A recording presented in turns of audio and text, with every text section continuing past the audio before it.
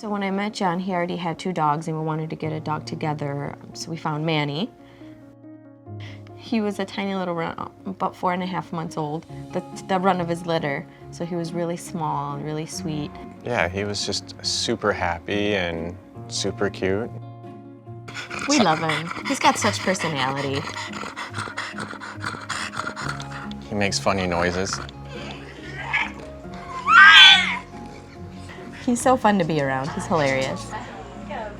Amber had seen profiles of animals on Instagram, so we started an Instagram page for Manny. Manny has almost 4 million followers on social media. We use Dremel because we have 5 dogs and it's tough and they all need their nails trimmed quite frequently.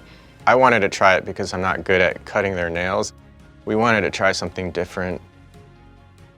Trimming Manny's nails is really easy with the Dremel too. It only takes a few minutes. Our favorite part about having the Dremel is just the convenience, and we don't have to drive to the groomers. No appointment necessary. And the dogs are more comfortable. They're not with a stranger and we're doing it. And obviously, they're our lives, but they're basically like children. we don't have any children, so they're like kids to me too.